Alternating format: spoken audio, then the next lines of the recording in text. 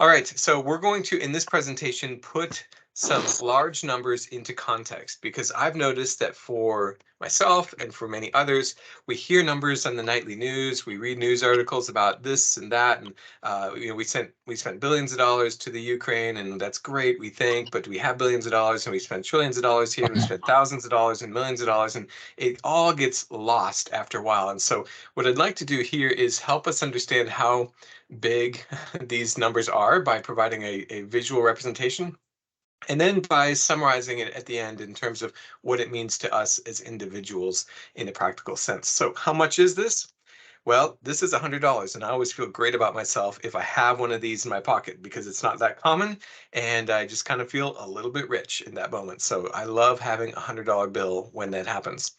If you stack them up, you can also fit $10,000 in your pocket. It doesn't take up that much space, actually, and that's never happened. I've never had that amount in my pocket, but that'd feel even better still. Most of us will spend our lives working for about $1 million. Some of us will earn maybe $2 million, but regardless, that $1 million that we will work so diligently for would fit in our lap. If we were to stack it up and just get it all at once from the bank, a lap full of cash is all it takes to sum $1 million. So it's kind of remarkable that that much money will fit in such a small amount of space. After this, we'll turn to $100 million, which would require the totality of our closet. Now, some of you maybe have big closets and you could fit more in this, but many of us could fit $100 million in our closet. If we ever really needed to hide it, that would be where I'd recommend putting it first. And so again, it's striking to me that such a large amount of money could fit in such a small amount of space as our closet. And of course, if we had 10 of these, we would have $1 billion. It would require more or less our bedroom. We'd have to sleep up on top of it. Hope you like a firm mattress. But that's $1 billion in graphical sense. On the next slide, we're going to look at $1 trillion, and you'll notice it'll go from single stack on pallets to double stack, but the main point is it starts to get pretty big. You start to see it compared to ball fields and soccer fields and Boeing 747s and things like that, but $1 trillion is really the point at which I want to begin to make the more meaningful points that we have planned for today, because $1 trillion is, on average, the amount that we as a nation are overspending the tax receipts that we bring in each year. So said differently, just said another way, the U.S. government receives money from us in taxes, personal, corporate, all forms of taxes, and it spends money. We have, for the last 10 years or so, closer to 15, spent about $1 trillion more each year than we have taken in tax receipts. And so we have a deficit of about $1 trillion, more or less, on average for the last 10 to 15 years. So that's one thing that's worth noting, is that we continue to add to the deficit by this amount. If you've been paying attention, and if this is an area of interest, you know that that has been accelerating recently. In fact, we added an additional trillion to the debt just in the last 3 months. And so it did not take us a year to do it this time. It took us about 3 or 4 months to do it this time. So our spending is not slowing down, it's accelerating. But the key here is that we are spending more than we are bringing in.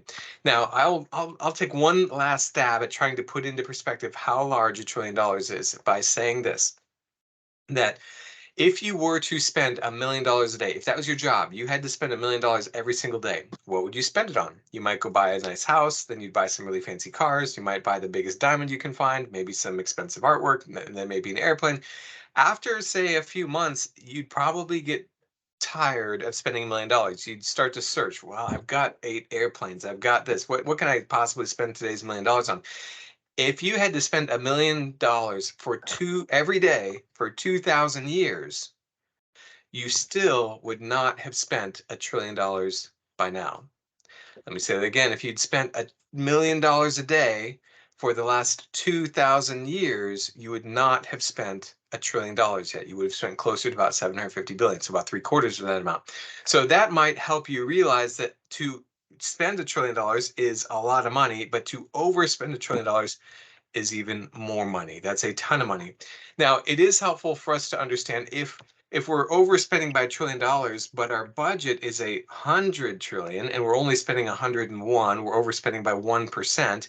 it's not such a big deal if we're overspending by 1%. But if our budget is much lower and $1 trillion of overspending is a lot more, then that's a big deal. And so the next slide is designed to help us understand how much are we overspending? Not in absolute terms, we know that answer, it's $1 trillion, but on a percent basis, how much are we overspending the budget? And the answer is basically by a third.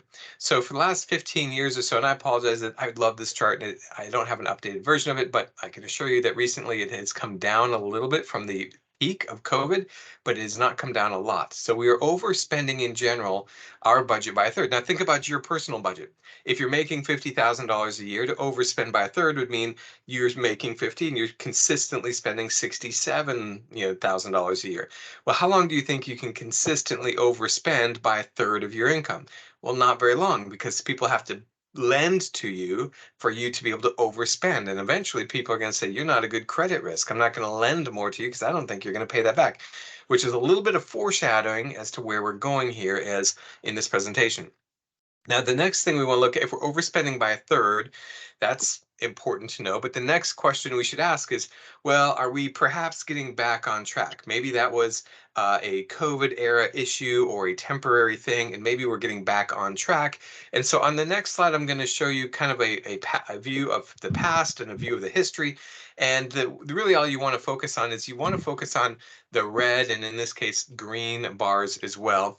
But all this is really designed to show this in this slide is that the planned expenditures from our government are increasing. So you see the tall red line in the middle, that's 2020. We're a couple columns to the right of that today. But if you look to the right of that, like the 5 or 6 columns to the right of that, that's our future. And our future entails more spending than we have experienced so far. So this comes from the budget office, and so this is actually the plan. This is what they are planning on spending and how much deficit they are planning on running going forward. The deficit is actually dramatically higher than this because our interest payments are dramatically higher than they forecasted because the interest rates have risen so much in the last year. But nonetheless, the main point from this slide is simply to say that the excess spending that we have experienced for the last 10 to 15 years is only going to increase and accelerate. It is not planned to decrease. This is not a temporary issue. This is a pervasive issue that is not going to change anytime soon unless it is forced upon us. Okay, so that was $1 trillion. The next view I want to show you is something called $33 trillion. Now, actually, when I started doing this, I should go back and this presentation was interjected about halfway through my work with Jamie. And at that time, which was maybe 10 years ago, that I started introducing this first presentation as well. This was only, the national debt was 15 trillion. Now we're at 33 trillion, about 15 years later. So again, you can see the exactly what I'm talking about. It's adding about $1 trillion per year. Anyhow, this stack of money next to the Statue of Liberty is 15 trillion tall. I can't make it be taller because I don't have that skill, so I just typed in 33 trillion. So we'll use our imaginations to realize that it'd be over twice this height. This is, why would we talk about 31 trillion? Well, this is the amount of the US national debt. In fact, we hit this just the other day, like a day or two ago. We crossed 33 trillion, so it's very timely. The 33 trillion is the sum of the annual deficits. So each year we actually run a surplus or a deficit, and you add all that together, and that's what that's what the national debt is. It's just the cumulative sum of it all. So that's where we are. We have a current national debt of about $33 trillion as of today.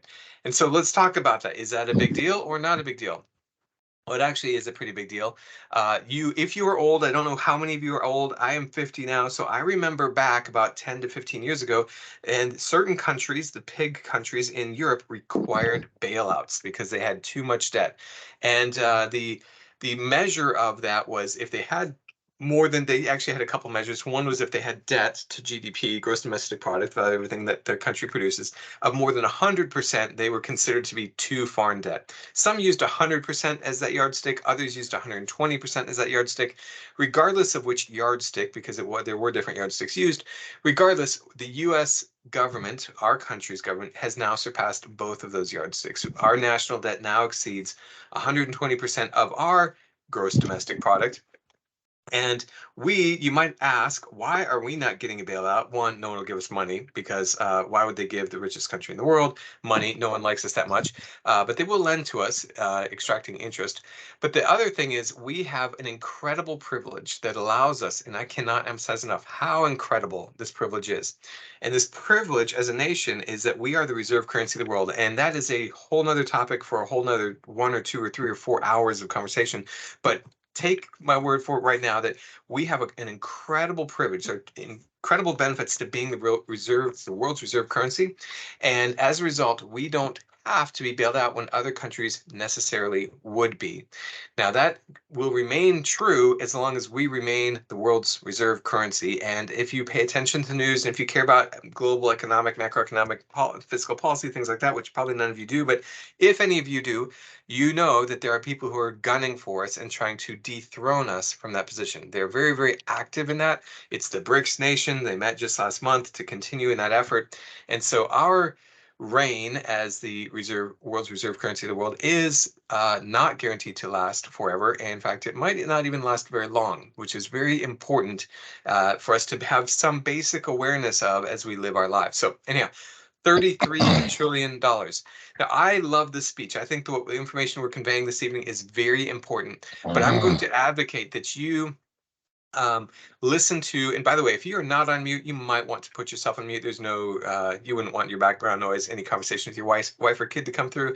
But there's one other message I would strongly recommend that you listen to. Now, this is completely voluntary. You don't have to listen to it. It's about 40 minutes, but I think it is 40 minutes of brilliance. And I strongly recommend that you go on YouTube and you find Ray Dalio's video called The Changing World Order. It's going to look like this. This is the logo or the icon, the image that you'll see. Find this. You'll notice that it was launched a little over a year ago, and it has over 30 million views on it already. This will describe very, very well what happens to countries as they grow and as they kind of take preeminence globally, and then they eventually fall. It talks about the different reigns over the centuries and kind of where we are. I think it's spot on. He runs one of the world's largest hedge funds. He's a brilliant guy. Everyone listens to him, and I would strongly recommend that you listen to this particular video. It's a great complement to what we're talking about today.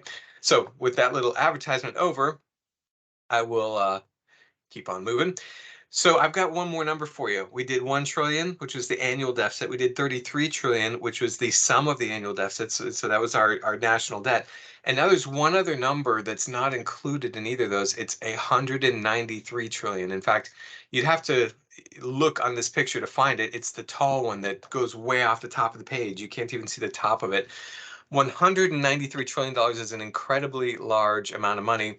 In fact, we never talk about it. We very, very rarely talk about it, even in the financial world, mainly because it is generated based on assumptions, actuarial assumptions about life expectancy and things like that. And so it's subject to some debate based on what you think our life expectancies will be and birth rates and all sorts of things like that. So labor force participation, you name it. So this number is not a fixed number. It is a calculated number, and there will be different answers. But I think that this number is a very reasonable number. 193,000 or 193 billion dollars. I will just remind one more time, I'm getting somebody's coming through. So if you are not muted, please do mute yourself. We would appreciate that. So 193 trillion dollars. Why are we talking about 193 trillion? It is the amount of the US's unfunded liabilities. So we have to describe what that is for just a moment. An unfunded liability is basically a debt that has been earned and is owed but has not yet been paid. So if you have a parent or a relative or a spouse or a sibling who's a teacher or a police officer, a firefighter, a librarian, a city official, or any government official at all, if they have been working for a while, they have earned certain benefits that have not yet been paid to them.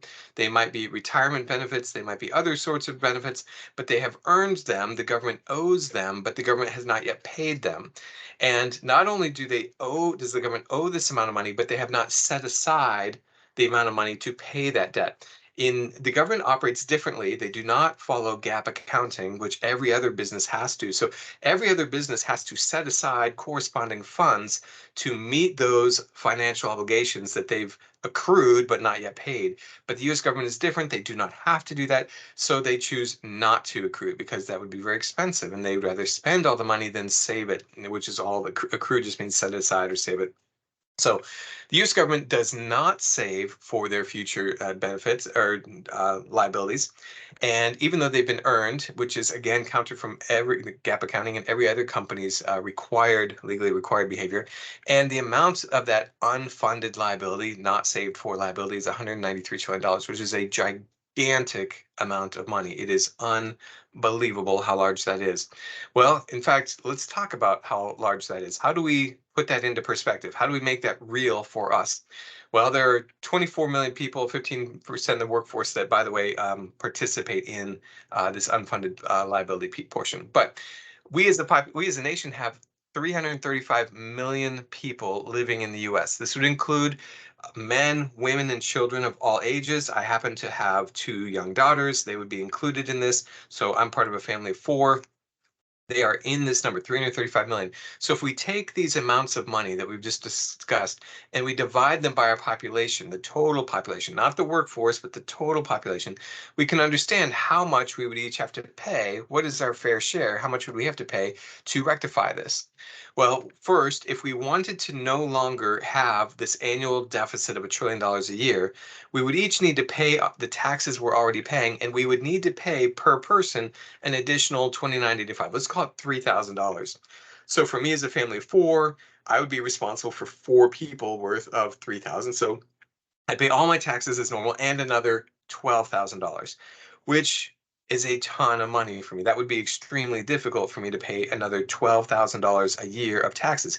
And by the way, if I did, and if you did, and if we all paid an additional $3,000 per person for every person here working or not, then we would not pay down the debt at all. We just would not go into any more debt. The debt would not increase that year. It'd be break even budget. So we're not fixing the problem. We're just not making the problem any worse. And that would cost us $3,000 a person. 12,000 for my family. I'm not sure what that math is for you, but that's a steep price. That's pretty difficult to pull off. If we actually wanted to begin to pay off the debt, that debt is 33 trillion right now. We would have to pay the taxes we're already paying, and we'd have to pay another 98,507 per person. Let's just round that thing to 100,000. For me as a family of 4, I'd have to write a check for another $400,000. Now, it's easy for me to say that's totally impossible. I do not have the ability to write that, nor any creative way of getting anywhere close to that. I don't know about you, but raise your hand silently if you are volunteering or able even to write a check for your portion, $98,000 per person. By the way, every person in America would have to write that check in order for this to work. And that's, of course, really difficult. The unfunded liabilities is the big nut that we just talked about. It is a very real nut. It's not make-believe. It's not pretend. It's very tangible. It's very real. And it's over $500,000 a person. And so family of 4, I'd have to cough up $2 million to cover my portion. You can see probably what I see, which is that I'm fairly well paid and I cannot pull my weight here. And I know that most of the population cannot pull their weight. Very few people in our country could pay these amounts of money, could do their part. And so if we as a country, as a collection of citizens cannot pay this off, it makes you just kind of pause for a second and say, well, what's the end game here? How is this going to play out? What exactly is going to happen? And they keep on telling me everything's fine and this really doesn't matter, but at some point, will it matter? And I think it actually really will. Sadly, that's one reason why we're talking about this. So our national debt, by the way, is 226. If you want to add it together, you have the unfunded liabilities of 193, the national debt of 33, add those two together and a 226. So that's the total amount. If you wanted the biggest number possible, that's the total amount that we as a nation owe. Now, let's talk about payment plans. How could we potentially pay this thing off? Because I know I can't pay for it. And the good news is no one's expecting me to pay for it. No one's knocking on my door looking for this amount of money. They're probably not asking for it from you either. But where could we get this money if we needed to? Well, there is this thing such as the stock market. In fact, there's actually like three versions of the stock market. There's the Dow Jones Industrial, there's the S&P 500, and there's the NASDAQ. Those are three different versions of the stock market. They're all US stock market things. By the way, I updated the three figures below. I just realized I didn't update the 75 figures. So if you sum those up, you'll realize it's more than 75. So my apologies, but just updated it earlier today and missed that.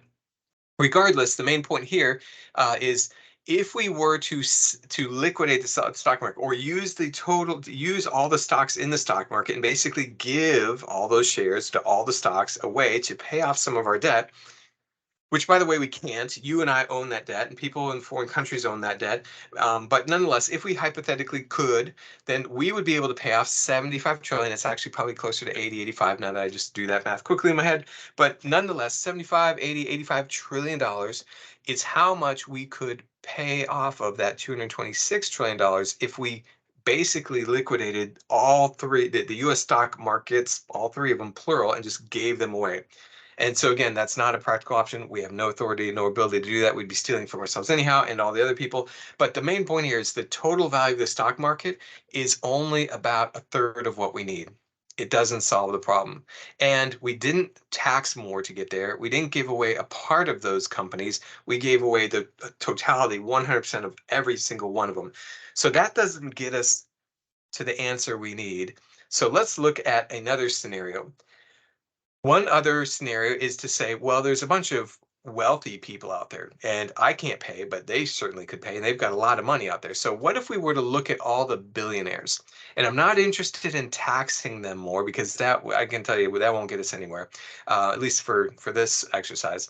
What if we did not tax them more? We just took every penny they had. Thank you very much. I appreciate that you were a billionaire yesterday. You are penniless today. We took every cent you own, every stock, every house, every plane, if it has monetary value, we took it away from you, from every single billionaire in the United States. So we're not taxing more, we're just confiscating absolutely everything they own.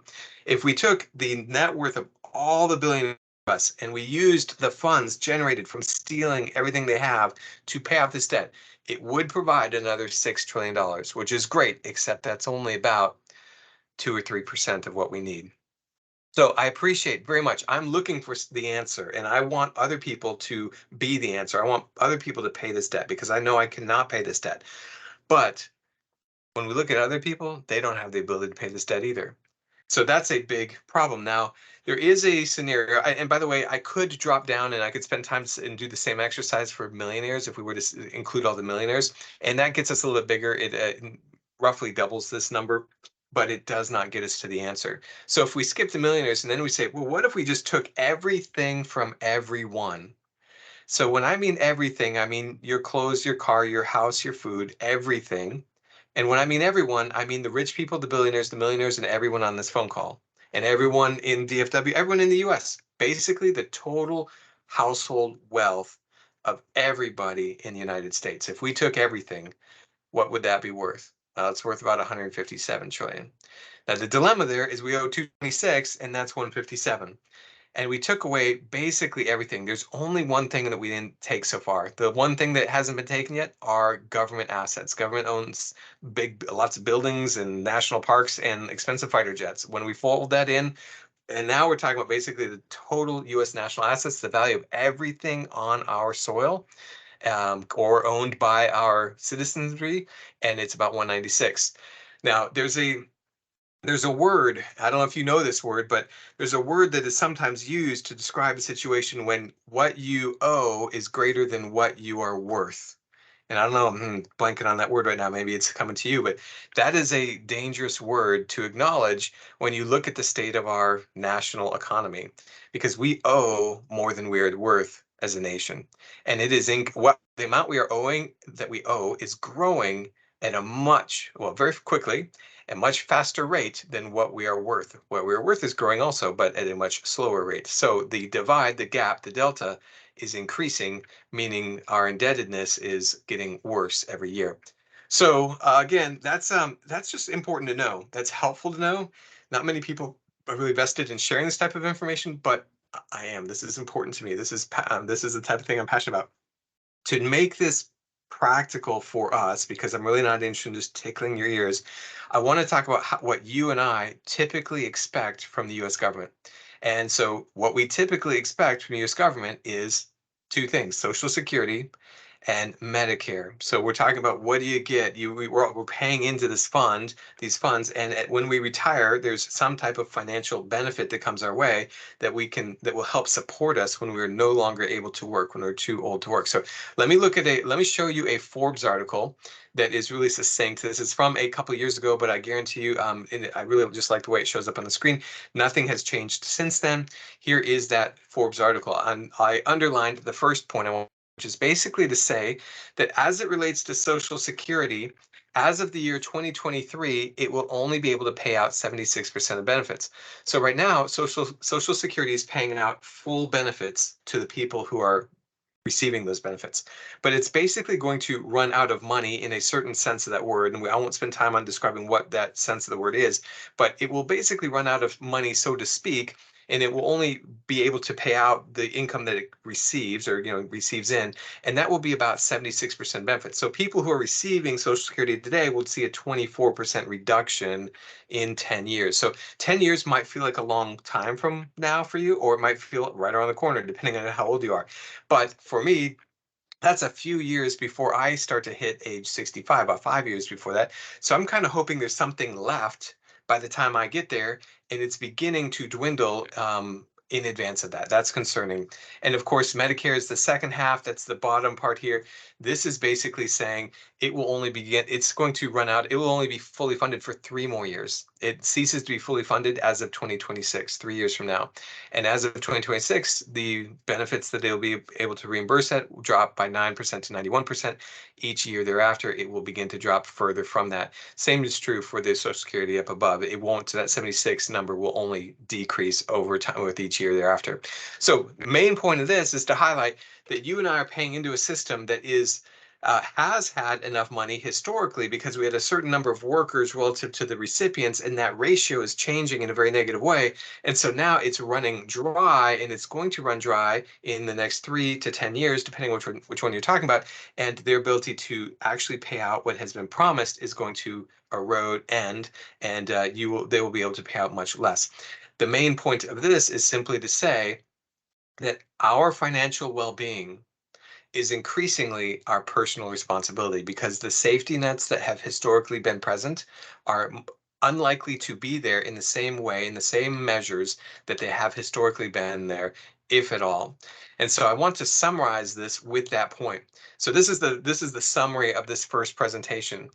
The US government debt levels have reached a certain point where it's realistic to look at them and say, I don't know that we can. In fact, it's very doubtful that we can pay them back. I will comment on this just one last time and say that the primary way that the government could pay back this enormous debt is to make an enormous number not worth very much. And so if you are going to make an enormous number like $200 trillion not worth very much so that it's possible to pay it off, what you have to do is you have to deflate it. You need inflation to make dollars worth less. And when dollars are worth less, goods cost more. So instead of gas costing $4, if gas cost $8, that would be inflation of 100%. And theoretically, you just cut the value of the dollar in half. So in theory, that $200 trillion debt is kind of like half of that. Now it's down to 100 trillion. Well, frankly, we can't pay that off, so we need to cut it in half again. Probably need to cut it in half about 5 or 6 or 7 times. And so ultimately, though, what that means is gas prices, and everything else for that matter, inflation affects everything. Gas prices double from $4 to $8 a gallon, $8 to $16 a gallon, 16 to 32, maybe one more time for good measure to get to 64. Once we're paying $64 a gallon, then what we owe is manageable to pay off.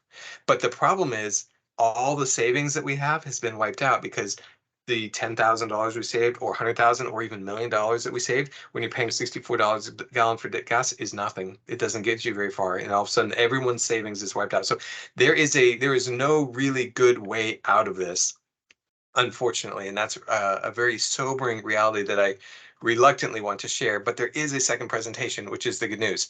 So I will highlight that our ability to overspend, which is we are overspending by 30% per year or more. It's actually more this year. is dependent on people agreeing to give their money to the US government in exchange for US government bonds, which is a lending. If people choose to, if they come to the point where they feel, hey, I don't think the US government is going to pay me back. A lot of these are 10-year and 30-year bonds. I don't think you're going to pay me back in 10 or 30 years. Or if you do, it'll be with dollars that are deflated and not worth any much. I don't want to buy your debt anymore. If people stop buying our debt, then our ability to spend at the current levels is diminished or eliminated. And so if we had to live according to our budget, we would have to reduce our spending immediately by 30%. And you can imagine just 30% less of everything, 30% less spent on the military and on healthcare and on education and you name it, whatever it is. Well, Medicare, Social Security, 30% less, it would affect everything. And so those are the types of shocks that are can foreseeably be expected in our future, because at some point people will realize that this is not where they want to put their money. People are generally pretty savvy and smart about where they put their money. The last thing is simply to say that this already has practical implications for us that are on the near horizon. Just 3 to 10 years from now, we see them affecting the benefits that will be available to us. So, main point that this all drives to is that we can no longer expect to rely on the government in the ways that we have in the past. I'm not going to say we'll get zero from them, but we should expect to get much, much less from them than my parents are receiving from them right now and they're enjoying. And our financial well-being is increasingly our individual personal responsibility. And so I want to transition with, I actually have one more really cool slide. I think you'll like this. If you're interested in any of the numbers that I shared with you today, I chose to use a single source for almost all of them. It is called the usdebtclock.org. And if you go to usdebtclock.org and you click on it, every one of these numbers is moving in real time. It's all spinning. It'll make your eyes hurt just a little bit to look at the page because everything's in motion. But it is interesting to see what the numbers are. And I highlighted in purple some of the key figures that I pulled from this, just so that there would be no controversy about the figures that were used. So anyhow, this is a resource you might want to check out. Kind of interesting. All right. That was, how much is that? This is the problem statement. The problem is that the resources, we have a major debt problem as a nation. We have the potential for some very significant hard times in front of us. But because we as individuals, well, maybe I'll preface it by saying, I don't think that there is a good solution to save the country. I don't think from a financial perspective, I don't think we can avoid the pain, is what I meant to say by that. I don't think we can avoid the pain of what lies ahead as a country. But what we can do is we can prepare as individuals.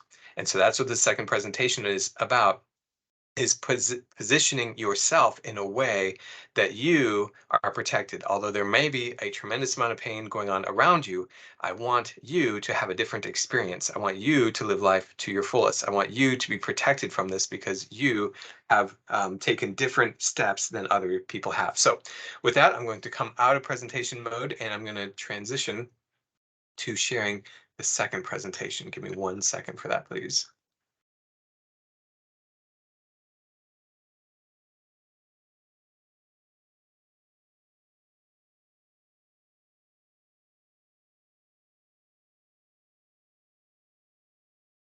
All right, I'm presenting another file. Let me know if that doesn't come through. I'm quite confident it is, so I'll go ahead and begin.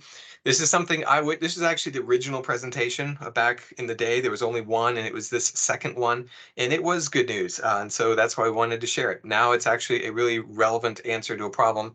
But I wish someone had shared this information with me when I was young, because I would have made some different choices. And so I hope that this is valuable to you and might allow you to see things a certain way and to make perhaps slightly different choices that are beneficial to you. Okay, so why do I do this? I do this because I want you to be free, really.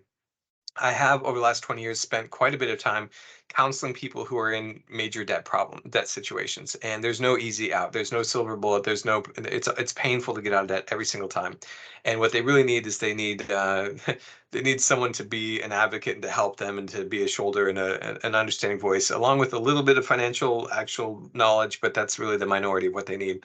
What I prefer for you guys is that you never end up there. I would prefer that you never end up in that situation, because it is painful. And so I want you to be financially free. That doesn't necessarily mean totally wealthy, but I want you to not be a slave to debt. I want you to have your finances working for you and not the other way around. So I want you to never enter the counseling office from a financial counseling perspective. That's what I have in mind. We're going to begin with what I think is a really interesting little challenge between two students, student number one, student number two. And in this hypothetical situation, the objective is to reach the age of retirement, age 65, with the most money.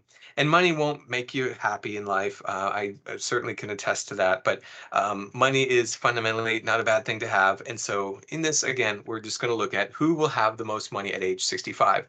So I'm going to reveal information to you, and you can begin to assess for yourself who you think will cross the finish line in the best position.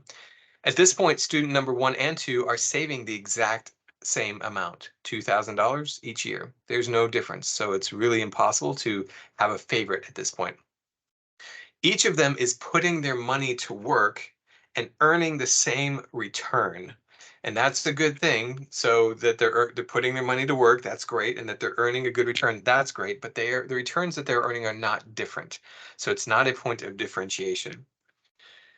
Oh, okay. Well, this is different. Student number one saves for 8 years total, 8 years only, and student number two saves for 40 years total. Well, okay. So student number two, I have to admit, gets the nod at this point, all right? He's clearly saving a lot more than student number one. Well, 2,000 a year times 8 years total is 16,000. Okay, so we're just doing the math. And 2,000 a year times 40 years is 80,000. Okay, so student number one in total over those 8 years saved a total of 16,000 versus student number two saved a total of 80,000. Okay, all right. Student number one begins at age 18, okay, and student number two begins a few years later, age 26. Okay, it sounds like he kind of went to college, got a job, and then started saving a few years after he got out of college. Okay, cool. And okay, 8 years later, ends at the end of age, stops saving at age 25 and ends at age 65. So, all right, so based on this is all the information we are going to have. Who do you think will have the most money at age 65? And don't say anything. Hopefully you're all muted because this is a trick question. I don't want anyone to have their feelings hurt by saying something that's not correct. You can probably guess because I set you up what the answer is going to be, but I must admit it still blows my mind that student number one is going to end up with more money at age 65 based on only these variables. Because if you look at this, now Einstein called, compound interest to be the eighth wonder of the world, and he was right. That's what we're looking at here, really. But student number one has no advantage relative to student number two, with one exception. The only advantage that student number one has is that she, I think it's a she, began saving a few years earlier than student number two began saving. But student number two saved 5 times as much. 80,000 is 5 times 16,000. So student number two did 5 times as much work. I view savings as doing work because it's so easy to spend it, it's hard to save it. So, man, he was a trooper and he saved 5 times as much. But despite the fact that student number one began with with that detriment, being outsaved by 5 times, the only thing that saved student number one was time. And was it a lot of time or a little time? It was a little time. But that speaks volumes. That says so much about how powerful time is. So that is the point of this slide. Time is extremely powerful. A few years of time, we're able to more than overcome a 5x deficit in the work of saving money for retirement. And this is incredibly good news for almost all of us on the phone, probably all of us actually. If you are a physician or a lawyer or some other way you make a lot of money, you don't have to worry too much. You can save, you could start saving later in life and you still make enough money to kind of catch up. But the rest of us, I tell you what, the good news here is all of us can retire well. Every single one of us can retire wealthy, so to speak, in some measure of wealthy. We can all retire very, very comfortably, but it is going to require, and this isn't worth hearing, it's going to require us to use time to our advantage because we don't have absolute income going to our advantage. I don't have a physician's salary. You probably don't either. I don't know. Maybe some of you do, but most of us don't have that. But even those of us who have very modest incomes can have a great retirement and can end up life with a lot of money if we use time to our advantage. Time is your best friend. You might think that your best friend is Jenny or Bob or Susie or maybe your mom or your dad. Maybe it's a dog. I don't know. But time should be your best friend. If you realize how powerful it is and how much work time will do for you, you will you'll change best friends. BFF, new BFF. All right, let's talk about this. I think that Professor Ariel emailed out to you in advance of this an Excel document. I do not have the Excel document on the screen, but I have a summary of it here in this little chart form. And the Excel document, I recall just from memory, has 6 different columns in it. And it's 6 different ways to get to the same end goal, which is $1 million. And you can begin at different points in time. You can begin at age 18 and get there. You can begin at age 18 and make one payment at age 18 of $10,307. And if you just allow it to grow by 10% a year, it will grow to $1 million by the time you're age 65. Or you can begin at age 18 and put 1,756 per year for 8 years. That's basically, remember student number 1 saved for 8 years, but $2,000 and ended up with more than $1 million. If you scale it back from 2,000 a year to 1,756, you end up right at $1 million.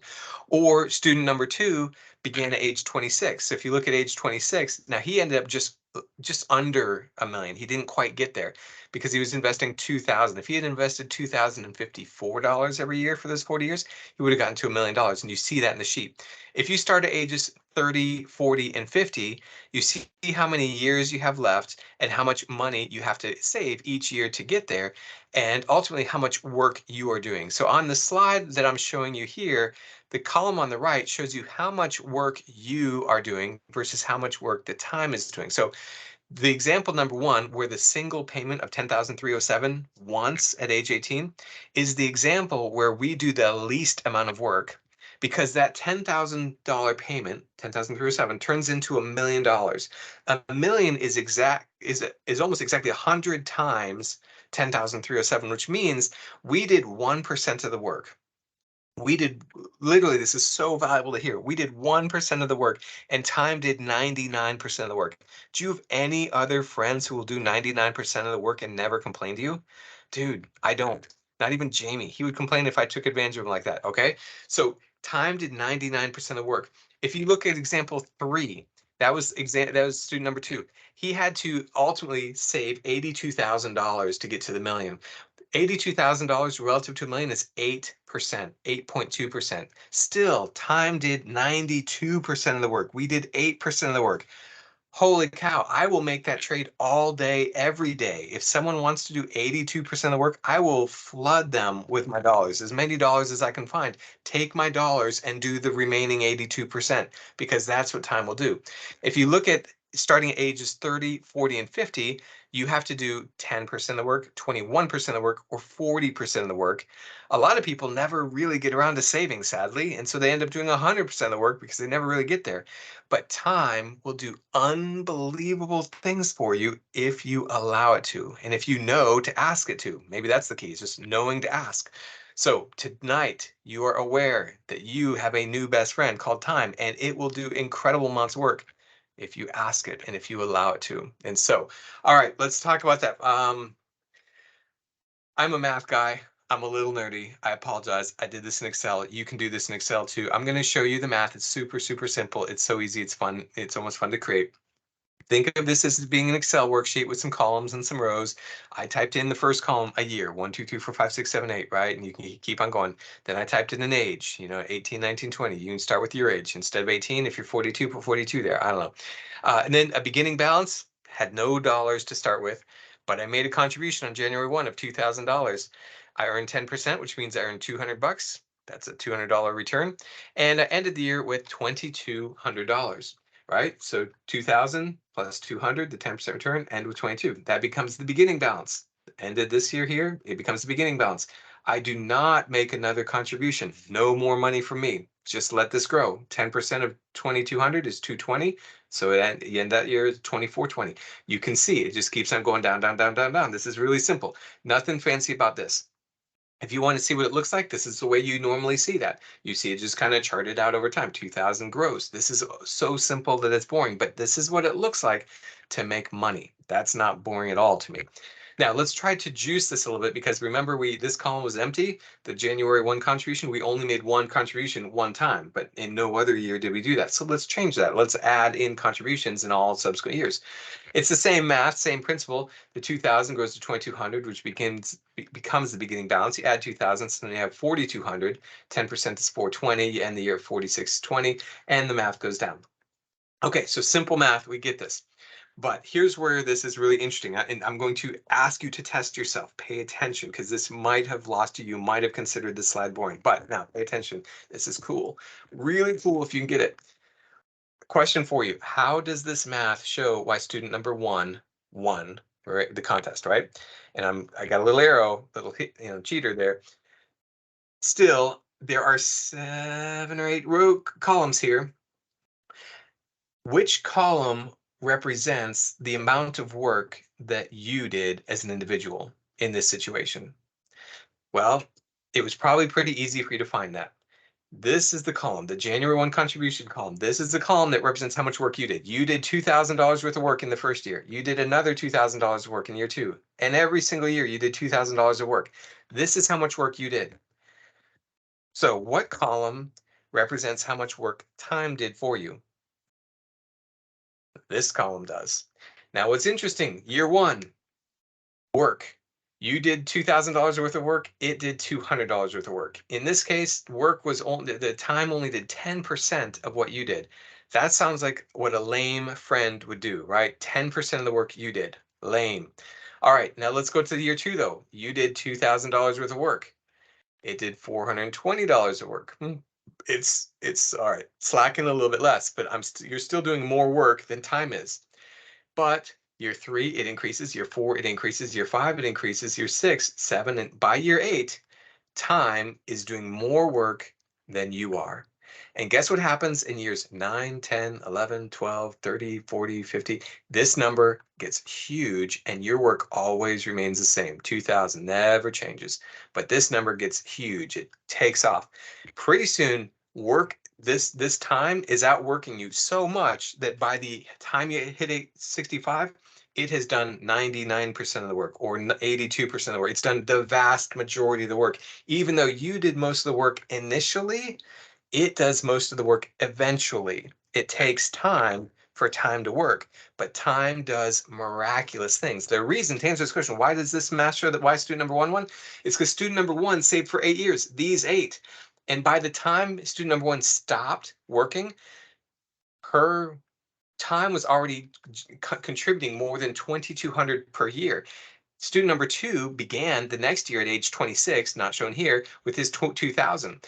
Time was already providing more than 2,000, so this person had a lead that this person would never catch up, because the time was already doing more work than student number 2 would ever do with his $2,000. So that's why he won, is because time was overtaking that other student.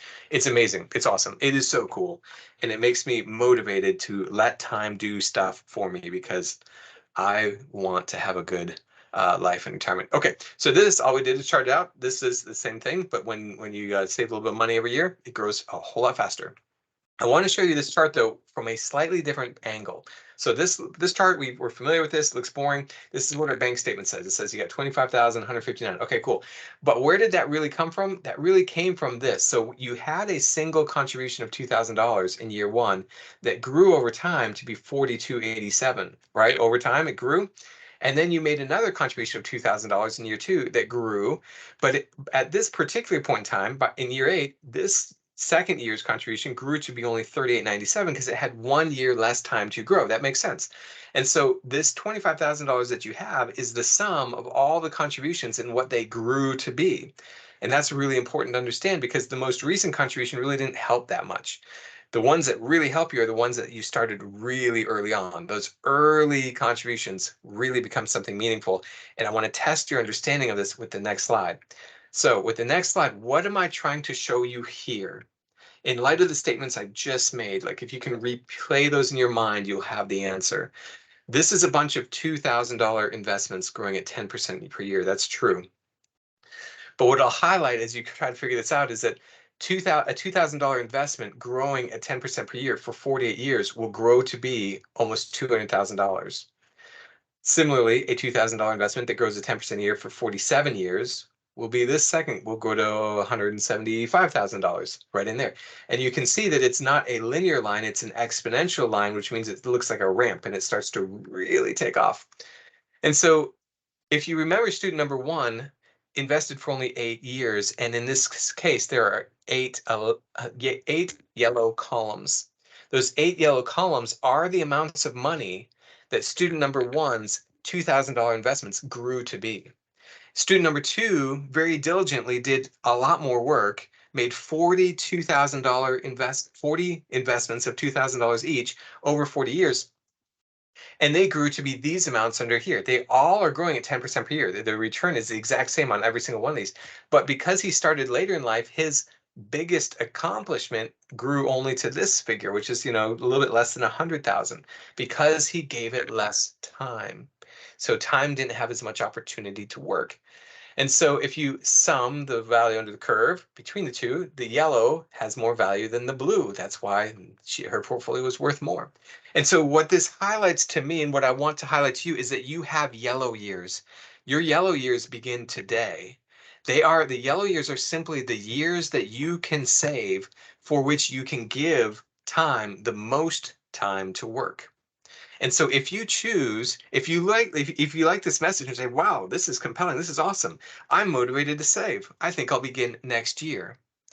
By postponing a year, by waiting a year to begin, what you do is you lose this yellow year at the far end. It goes away. It's no longer available to you because you don't have that year, that extra year. You just lost that time by waiting a year. Now all your investments will grow by 1 year fewer because you waited a year to begin. So I always encourage people to not miss out on your yellow years. If you're ever going to save in life, most people begin saving late in life. That is the exact opposite of what you should do. What you should do is you should save like mad as early as possible in life and allow time to take care of things. All you really need are your yellow years. You need those to pay off. That's the key. That's the aha. That's the light bulb here. Don't plan on saving for retirement later. Save for retirement now, because a small seed will grow to a large tree and you won't have to do most of the work. If you wait, you'll have to do most of the work. So those are your yellow years, and that's what it means. But as you look at this, you have to be aware that there is this valley of death thingy. And I'm sorry, I just made that up. It's probably cheesy. I don't know. But long story short, what I want to highlight is that as you go about this, as you begin, those first years are tough for a couple reasons. One, that first $2,000 might grow to $2,200, and the next $2,000 might grow also. But at the end, you look at your bank account like, that's a small amount of money. It's supposed to be $1 million, and you start to doubt the math. You start to believe that math isn't actually what it says it is. You're like, it's easy during this valley of death when things aren't skyrocketing to say, I don't know that this is really working. We begin to question and doubt. And when we question and doubt, we also tend to say, oh man, life is coming at us. I want to get married. I want to buy a house. I want to buy a new car. I need to do this. I want to do that. And you know what? This amount of money that I saved would be perfect. That's exactly what I need. I think I'll take that money out and I'm going to go buy a new car or whatever it is that you want. If you do that, you can. But if you do that, you are starting over. And when you start over, the yellow years are gone, or at least the number of years that you pulled out of your savings are gone. They're no longer available to you because you shortcutted the process. So the valley of death is real. This is on the one hand, the easiest way possible to make money. Time will do almost all the work for you. But it's also, what is difficult about it is having the discipline to see it through, and the discipline to leave it alone, and the discipline to, allocate money for this purpose and not to allocate it towards your immediate gratifications. So this is the valley of death, and I want you to be aware of it. We need to call it out so that when you experience that, you can recognize what's happening and say, oh, this is that temptation. And oh, you're right, I'm doubting the math, but the math actually is true. And if I just trust the process, good things will likely happen. And so I want you to persevere through the valley of death. That's really the key of this slide. and capture your yellow years. Begin saving. If you're ever going to save now, not later, now, and allow time to take advantage of all this for you. Okay, so this is the second presentation, and we're at the midpoint of the second presentation. So I'm going to summarize real quickly the first half of this presentation. Key lessons. What was I trying to convey? One, time is your best friend. You just haven't maybe known that. And so please embrace, bear hug time, cozy up with time. Go sell something that's in your garage that you haven't been using anyhow, and turn it into 50 bucks and save that money. Find some way to start saving now, because get that clock, get time working for you as quickly as possible. There's nothing magical about $2,000 a year. It could be any number. It could be more than that. It could be less than that. Time doesn't care. It does what it does, regardless of the amount. It turns small things into big things. And so start with whatever is realistic and feasible would be my encouragement to you. But start now, not later. Save now. Let time be your best friend. Okay, so now we're going to pivot into the second half of the second presentation. You can feel the home stretch coming in, but this is equally good. I think you're really going to like this. In fact, I'm going to foreshadow, I'm going to tell you, and I'm not even exaggerating, this is truth. I'm going to tell you how to give yourself a 30% raise. So pay attention. You don't want to miss that. It's a really, really good. Okay, what if this is you? This is the second half. It's real that some of us might really want to save. We might be inspired by this promise of $1 million, but we have no job. We have no income, and it's kind of hard to save when you have no income. And that's very true. So if that's who you are, let me talk to you for the next 5 minutes. Okay, let's talk about what you do and what decisions you make if this is you. If you are broke, if you have no income, what do you do and how do you live your life so as to not undermine what we just talked about when you do have income? So debt is very real, right? Debt comes in a variety of different forms: credit card debt, mortgage debt, auto debt, student loans, you name it, all sorts of things. Debt is bondage. Now, you probably won't hear that terminology applied to debt that often, but I guarantee you, as someone who counsels people who are drowning in debt, it is a life-sucking form of bondage that is horrible. And you have to stop and ask yourself, why does nobody talk about debt that way? One, this Joe guy might be wrong. So maybe that's why no one talks about it that way. It's because he's wrong. Or maybe the Joe guy is actually right, but nobody talks about debt in this negative way because debt is something that's beneficial. It's bad for me, but good for them. Maybe that's what's going on. And so let's explore that for a second. I want to show you this guy. Now, this is a guy you would like to be. He is sitting on a mound of money, and he, by the way, really loves you. I know time is supposed to be your best friend, but you are actually his best friend, and you've never met. He loves you that much. And the reason he loves you, do you know why? I think I foreshadowed pretty strongly, but nonetheless, the reason he loves you is because you are the one making him rich. So this we just got done looking at, the yellow years. This is a 10% curve. It tops out at just under $200,000 over all these years, right? So that's what $2,000 tops out as.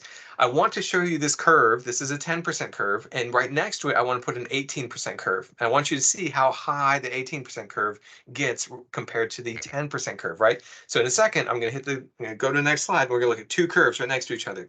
The low one will be 10%. The high one will be 18. We've been talking about the 10. Okay, here it is.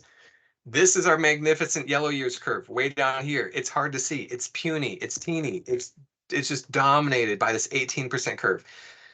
This guy loves you because you are paying him 18%. This guy loves you because you are making him rich.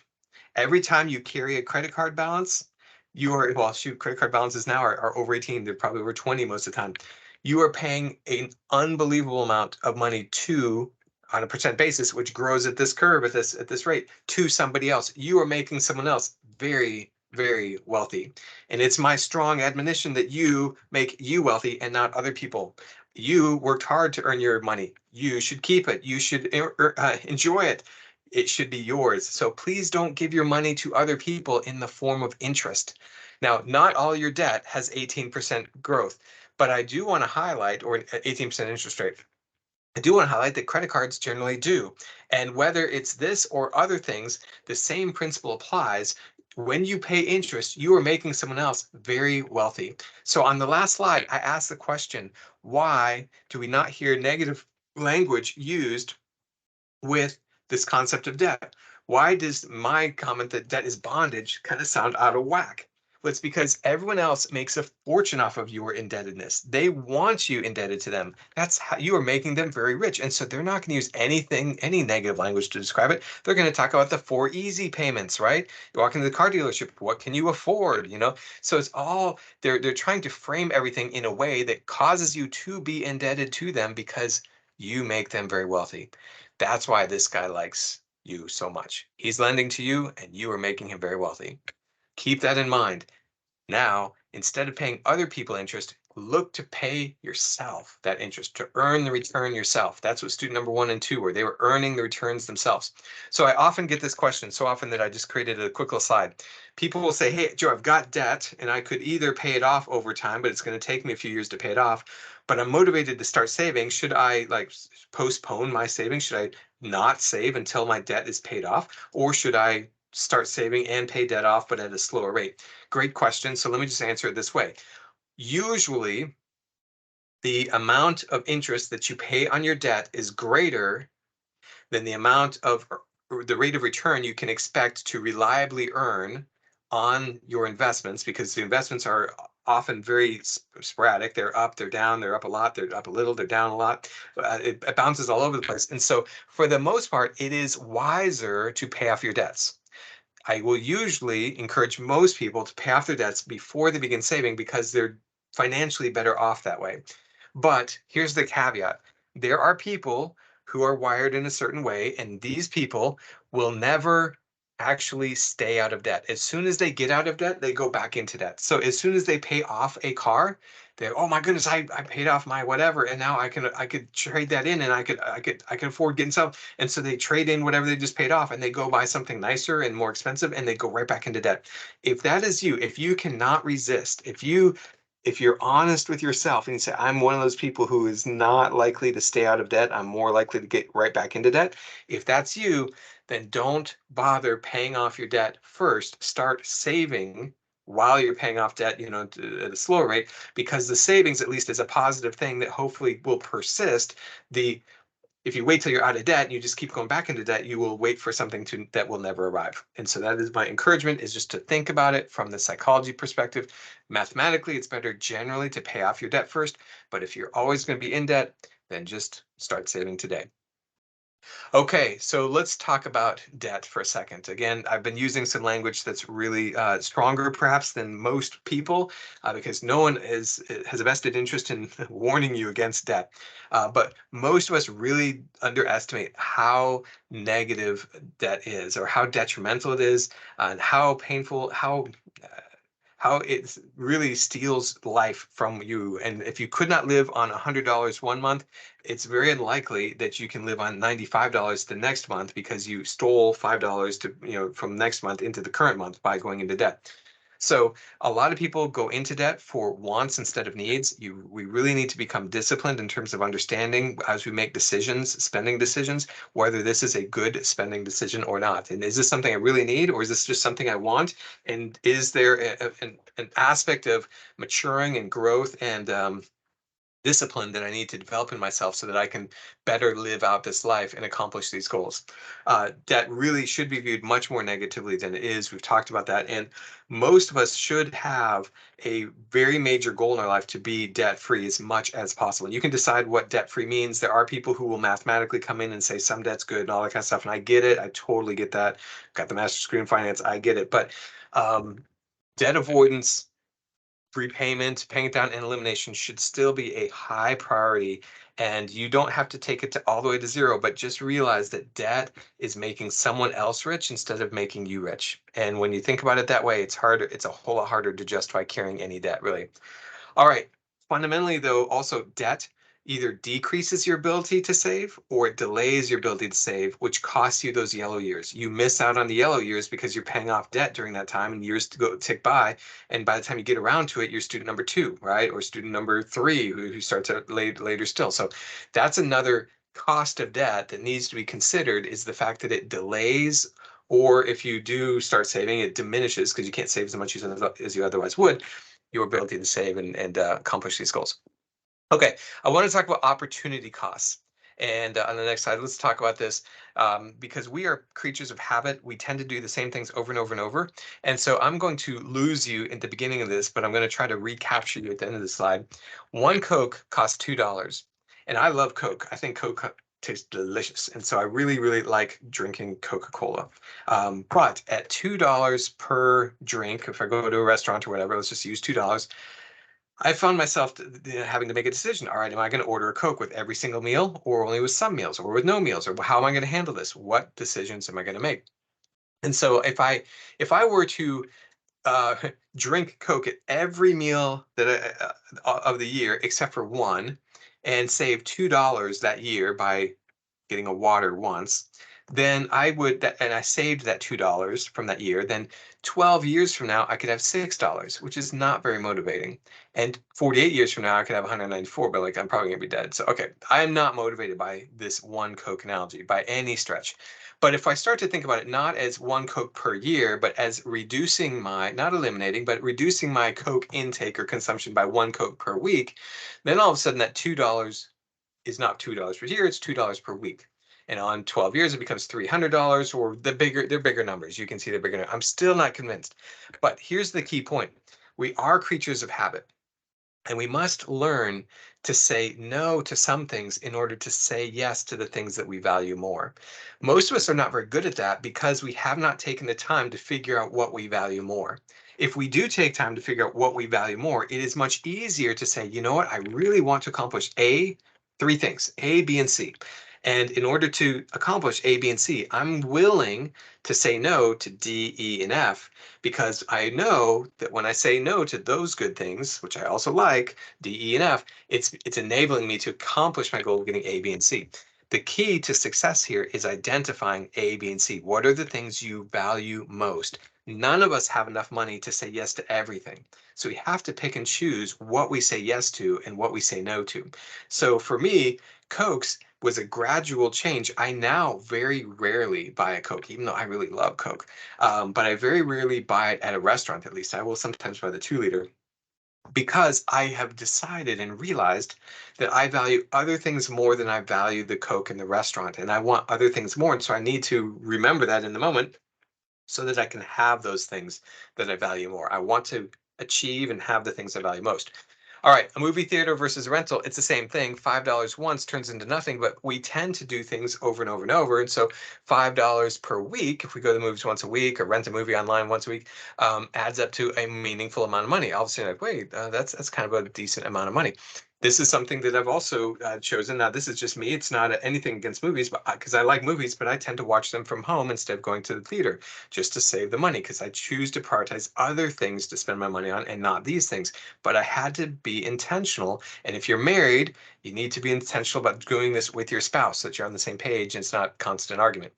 A nicer car. Most of us, when we're buying a car, are looking at one model and usually a nicer model. The nicer model might have the convertible or the turbo or the four-wheel drive or the you name it. It's a little bit nicer and it costs a little bit more, maybe $4,000 more than the other one. I'm not saying that you shouldn't splurge. There have been times when I have splurged because that's what I wanted most. And so that's awesome because I was able to do it. But realize that if that splurge, if you're looking at the difference between a $20,000 vehicle and a $24,000 vehicle, that $4,000, if you did not spend it, but you saved it, it actually over time turns into some significant amounts of money. Over a lot of time, 40,000, 300,000, like real things.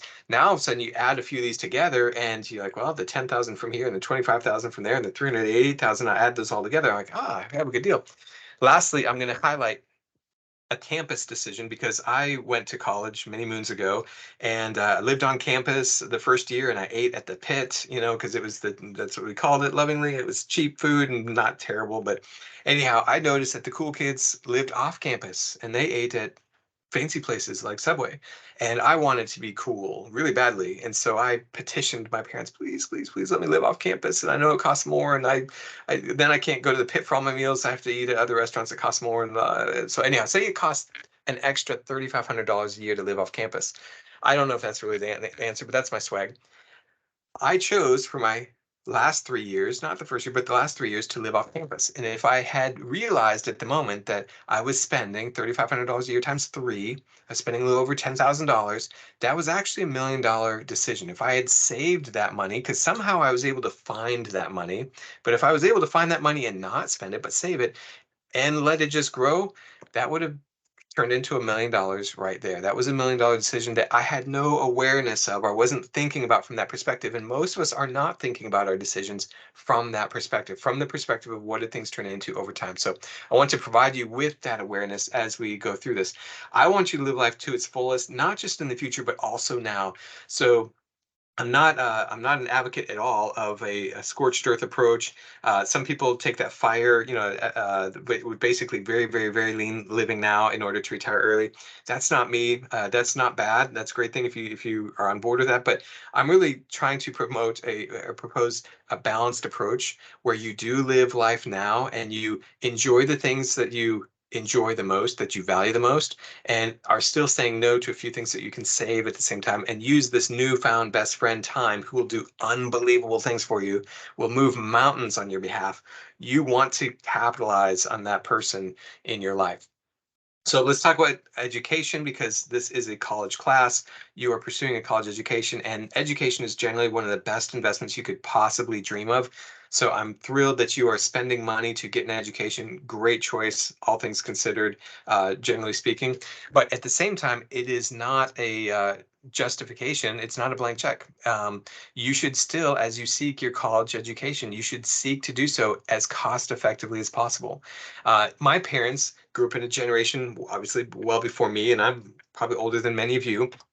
But in those prior generations, they worked their way through school, and they actually, came out of school debt free. Sometimes, like, wow, that was kind of lost by the time I went to college. Yeah, some of us worked, but never that much. Probably because college was just quite expensive. But it is a great thought to exercise. What would it take, or what would it look like for me to leave college debt free? What would that require, and would that be a good trade off in terms of the quality of the education? Think those things through. What would it take? What might spur some creativity around, well, what scholarships are available? By the way, helpful hint. Most people pursue scholarships as freshmen, they're going in their freshman year, their first year, but do not, if they don't get it, they don't circle back as sophomores, juniors, or seniors. But there's money in those years as well. And so pursue scholarships whenever you can. Don't be afraid to get a job. By all means, those jobs um, help pay down that debt and help you get your yellow years back. Make it a tentative goal. Whether you achieve it or not is not so important, but make it a goal to try to leave college debt free and see how close you can get. Because that debt, although college debt is generally a lower interest rate debt, it's still dollars that have to be paid back, and it reduces or delays your ability to save. And so it gets in the way. Even if it is lower interest, it still gets in the way. So pursue your education, get the education you need, but try to be as wise as possible about it. Okay, let's talk about buying a car. This is one of my other favorite topics. So, how would you feel about paying $12,100 for a car worth $10,000? Well, most of us would not feel very good about that. That doesn't sound great to me either, but it happens hundreds of times, thousands of times every single day. People do this. Why do we do this? Why do we overpay for cars? Well, it's the same reason we overpay for everything. By the way, this is a great slide to pay attention to. Um, and would you pay $8,800 for a $10,000 car? Well, a $10,000 car may or may not be in your budget, but $8,800 for it, it sounds a lot better than paying 12,100 for that car. The difference is whether you finance it or whether you pay your self-interest first. So let's talk about the financing. This is the way most people buy cars. Find a $10,000 car. It's a 60-month, 5-year loan, 8% interest. You have a car payment of $203 a month. You sign on the line. You bet I'll pay you that. You pay the $10,000 of principal that was owed for the car because it's a $10,000 car. You also pay $2,166 in interest over that 60 months. So in total, you pay $1,200, So you basically overpay for that car by 21%. So you paid 21% more than the car was worth in order to have access to the car before you could afford to pay cash for it. And so overpaying by 21% is not a great way to go through life, by the way. That is not the way to maximize what you experience and what you get out of life. Let's contrast the typical financed approach with the opposite, which is instead of paying the interest to someone else, paying the interest to you. So let's say that you have a job or that you have income and you are starting to set money aside, because just like you're setting money aside. In this situation, if you could set money aside, if you need $10,000 and you have 60 months, then you set aside and you can earn 5%, because 5% is, shoot, every money markets right now are yielding 5%, which is amazing. You would have to set aside $147 a month, allow that 147 per month to kind of accumulate in your personal savings account and your money market account that's earning 5%. And then at the end, when you're ready to buy the car, you had contributions, 60 times 147 contributions or work of 88.23. So you set aside 88.23, you earned interest of 11.77. You write a check for $10,000 for the $10,000 car. That we're not talking about just getting a discount. You're paying the full price, but the work you did to get this car was only 88.23. Interest, e.g. time, did the rest of the work for you. So this is really helpful. In fact, I promised earlier, and I want to keep my promises. I promised that I would teach you, I show you how to get a 30% raise in life. And everyone wants a raise from out of work, and this is how to get it. This slide describes this. So in one of the snare, the top snare, the financing scenario, you overpaid by 21%. In the bottom scenario, you underpaid by 12%. The difference between overpaying by 21 and underpaying by 12 is the difference is 33%. So in this situation, there's a 33% swing in terms of how much work you do when buying this car. If you want, so if you finance, you're going to pay 21% more than it's worth instead of paying 12% less than it's worth. If you want to have 33% more car, pay yourself and then go buy the car. If you want to have 33% less, then finance it. And this is true not only of cars, this is true of homes. This is true of groceries, of clothes. This is true of absolutely everything. If you pay interest on an expenditure, you are overpaying for that item. And if you pay yourself and earn interest, then the interest is when you go to pay for the item, the interest pays for a part of that item and you're underserving it. But the rates that I have here that generate that 33% return are +8 or I'm sorry, -8, you're paying 8, or +5%.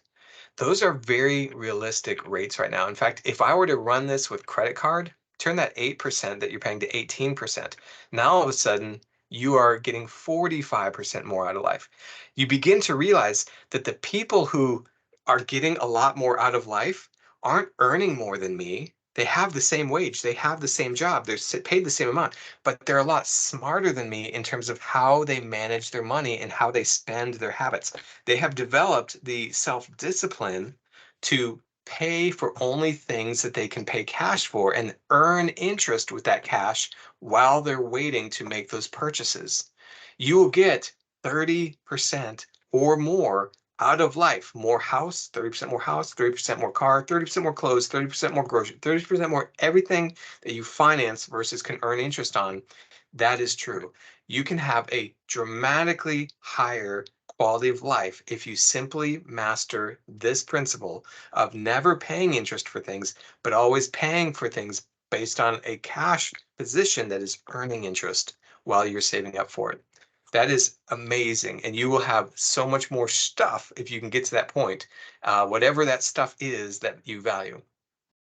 Okay, so let's close with this. I want to talk about a car. We all make decisions about a car, and that's one of the big kind of rocks that we all have to wrestle with. Is it possible to pay cash for a car? It's possible. I just talked about discipline. That word has been mentioned a couple times tonight. It's not the key word by any means because I want you to enjoy life, but a little bit of it is really important. If you need something, whether it's a car or something else, it's very helpful if you can develop the discipline to save a little bit of money and don't insist on getting the full-fledged perfect thing right off the bat. This is a Chevy Cavalier. It's actually one of my first cars. I did not get married while I was driving that around. It was not successful for that, but it did get me around town. And if you save $200 a month times 24 months, this, by the way, came off of Auto Trader, you can have this beauty.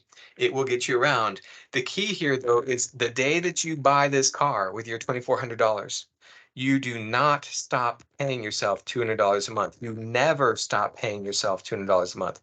Every time that you get money in from your employer, certain amounts go into the car fund, into the house fund, into whatever. You have all these funds, and they're all cash balances that are earning interest, and they are accumulating. So you buy this car, you spend your $2,400 on it, you have no dollars, but the very next month you put $200 more in, next month $200 more in. You are always putting $200 cash into your car fund while you're driving this car.